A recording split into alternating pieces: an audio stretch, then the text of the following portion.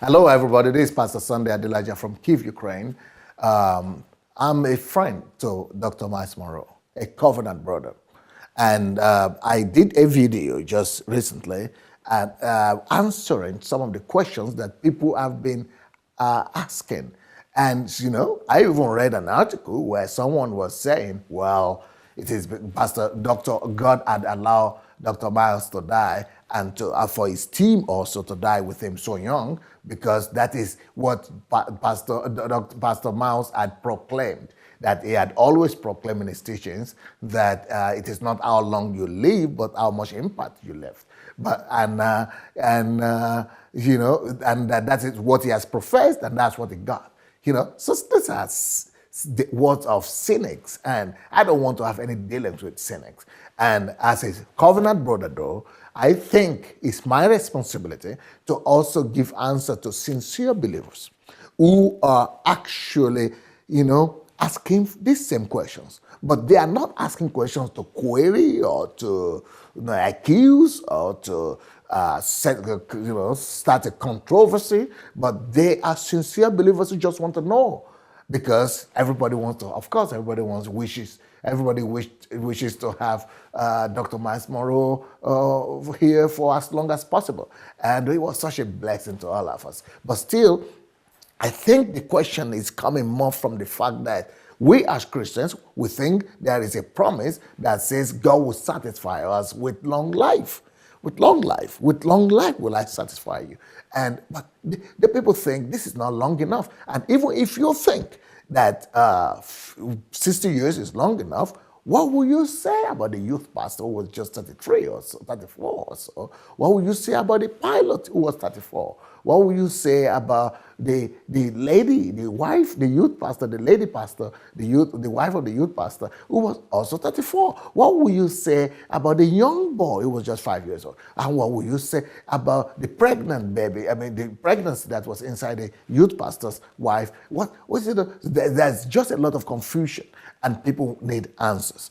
Okay, I've addressed the fact that why should we die tragically, and why should God allow tragic death? That is in my first address, and trying to answer these difficult questions about the minds or the method of death of people we really love and respect so much. And because I'm a covenant brother, the terms and conditions of covenant demand that a covenant brother will step out.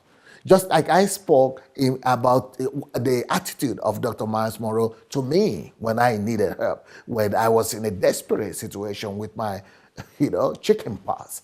And he stepped in as a covenant brother. And he mentioned it to me at that time that is what covenant brothers do. We are brothers keepers. We are not brothers accusers. We are brothers keepers.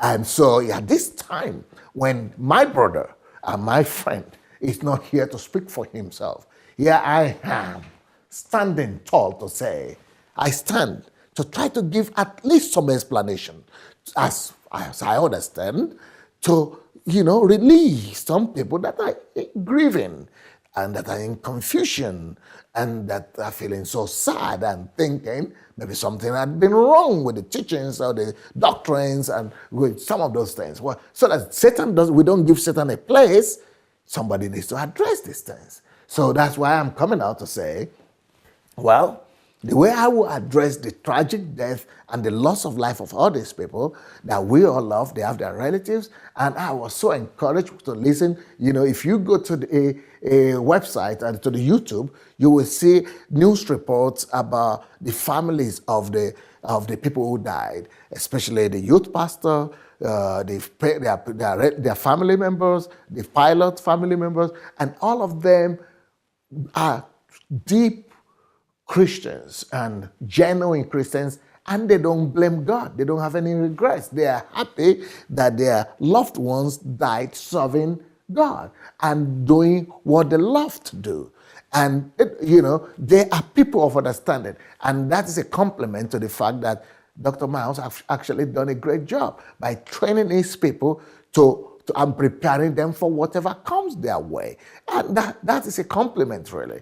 But what are the explanations that I want to add to that? What are my explanations to the fact that those lives should be cut short. My first explanation is, you know what? I want to die young.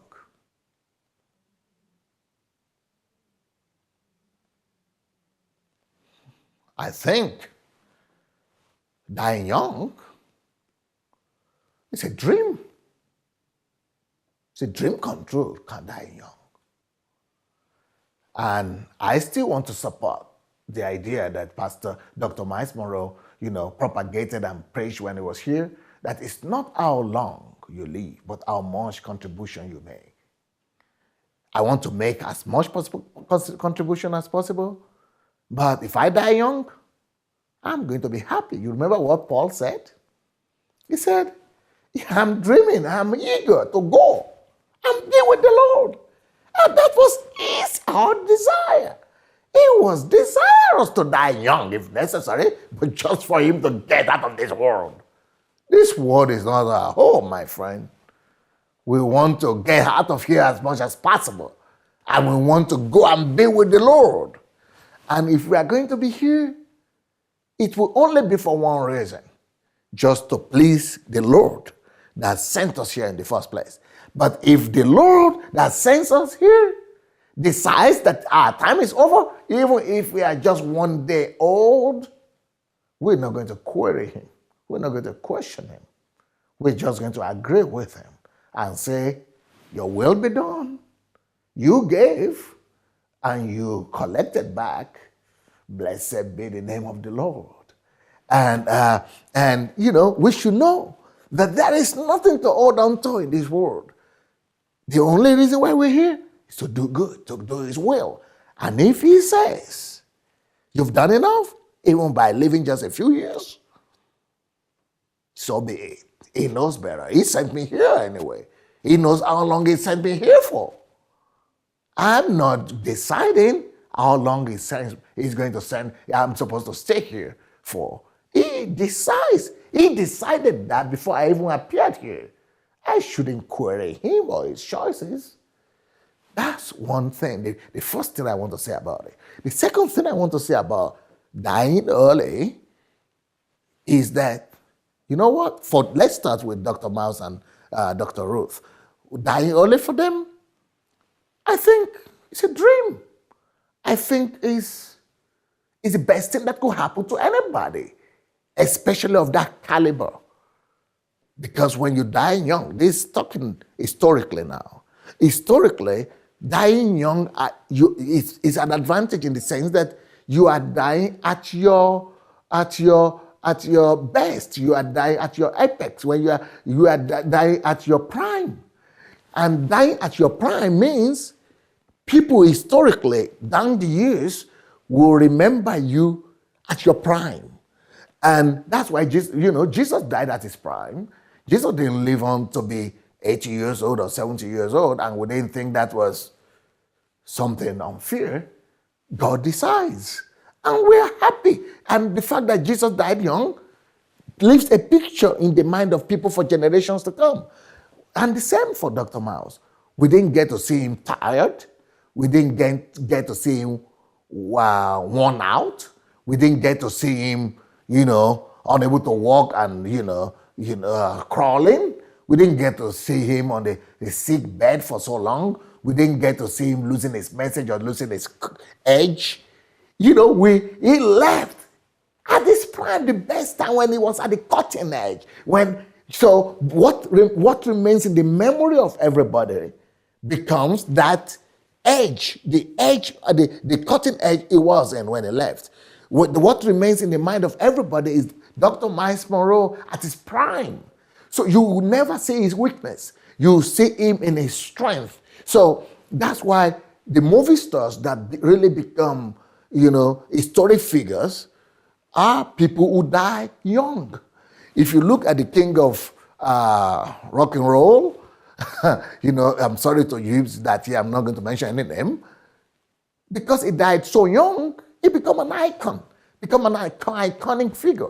Or, historically, if you look at Che, the revolutionary from Cuba, from Bolivia or Cuba, who died in Bolivia from Argentina or is it Cuba. So that he died young. Because of that, he became an iconic figure.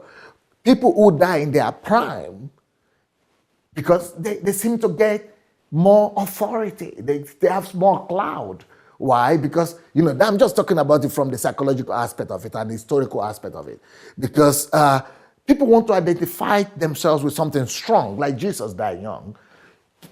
John the Baptist died young. He also died a tragic death. But you want to identify yourself with something young, agile, active, strong, handsome, beautiful, and, something attractive.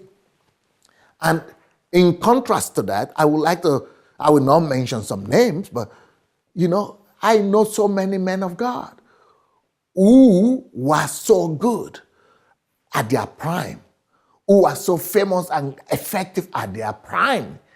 But as soon as their ages, they began to get older, they began to wane in ages, they began to fade off. And they're still alive today, but it's like, I'm sorry to say, some of them have outlived their relevance, and you don't hear about them.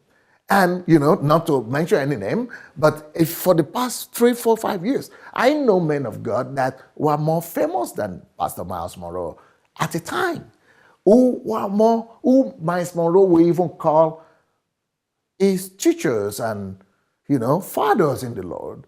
But because they lived for so long, people got used to them so much that when they left the world, their fame was not as worthwhile. And the acclaim and the news and the encourage, the cloud about their death and the covering and the positive that was coming out of it was not as much. Some of them, very little, people covered it. Like, for example, Myles Munroe's death was covered by CNN, CBN, Fox, anyone that could, any major media in the world covered it. Also, partly because it was a tragic death,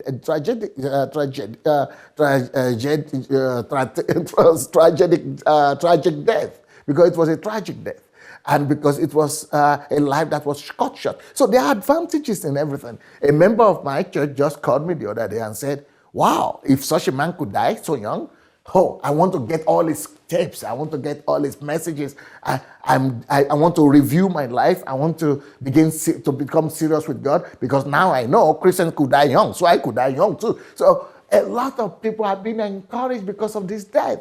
So we don't know how God could turn negative things to positive, but God can do it. I know that so many people who even never heard Dr. Myles are hearing about his death, what everybody is saying about him, and everybody gets to say, hey, go look into the messages, go to the YouTube. You will see people watching the messages and tributes and, going back to old messages of Myles Munroe, like when they didn't even do when he was alive. So I told this my member and many other people like that from all over. I said, oh, you heard of Dr. Myles. He was in our church. You didn't even come to the meeting. Now, when he died, you are going to buy all his books. You see, we don't know how God could use anything for his glory. Now, let's now come to the other people that died in that tragic accident. Same thing. I don't know if you've heard of, maybe you've heard of the assistant pastor, the residence pastor, or maybe you've never heard about him. Maybe you've heard about I don't know how many of you have heard about the youth pastor, the husband and the wife, or the little. We've not heard about them before. Most of us have never heard about them before these tragic incidents. Or the pilots, most of them have never heard about them. But because of the tragedy that happened, by them dying young, I think they have made more impact than 6 billion, maybe 7 billion people living in our world today, not dying, alive, but nobody has ever heard of their names. What is tell me what, which is better? They've made more positive impact for the kingdom of God in their death than when they were alive. They've made more positive impact and contribution to the kingdom of God. They've made more news in their death than maybe 99% of the people alive today. How many people in our world today have had more news covering than all these people who died tragically? You know how many people are getting their lives dedicated back to the Lord, getting to know God just because of the tragedy? You know how much people are hearing the names of all these people, these families? They have left a legacy and a big footprint. And I'm proud of what God is doing after their death to our world, to our continent, and it's shaking our mindset, even shaking out of our comfort zone, shaking out of our religious beliefs, out of our religious cliches, and out of our dogmas. And I think that, we don't question God. We don't query God. Even the hair of our head doesn't fall to the ground without the permission of God. So if that happened, I know and I think God knows about it. And if he allowed it to happen, he knows better. And I see a lot of positive coming out of this. And I know some of the things I'm saying are quite controversial, but you know what? Let's look for the good in this tragedy rather than just focus on some rhetoric questions that you will never be satisfied with any answers anybody could give to you. But Dr. Myles, you've done a great job. You've left a great legacy. All the guys all the people that lost their life in that tragedy, in that plane crash, I'm sure everyone is proud of you. I'm sure you are among the saints and the heroes of heaven right now. And we are just glad that in your death, we got to know you all. And in your death, you are having more impact and more contribution than we've had you, or we know that you must have done when you were alive. And rest in peace, everybody. And we'll meet you very soon up there. God bless everybody.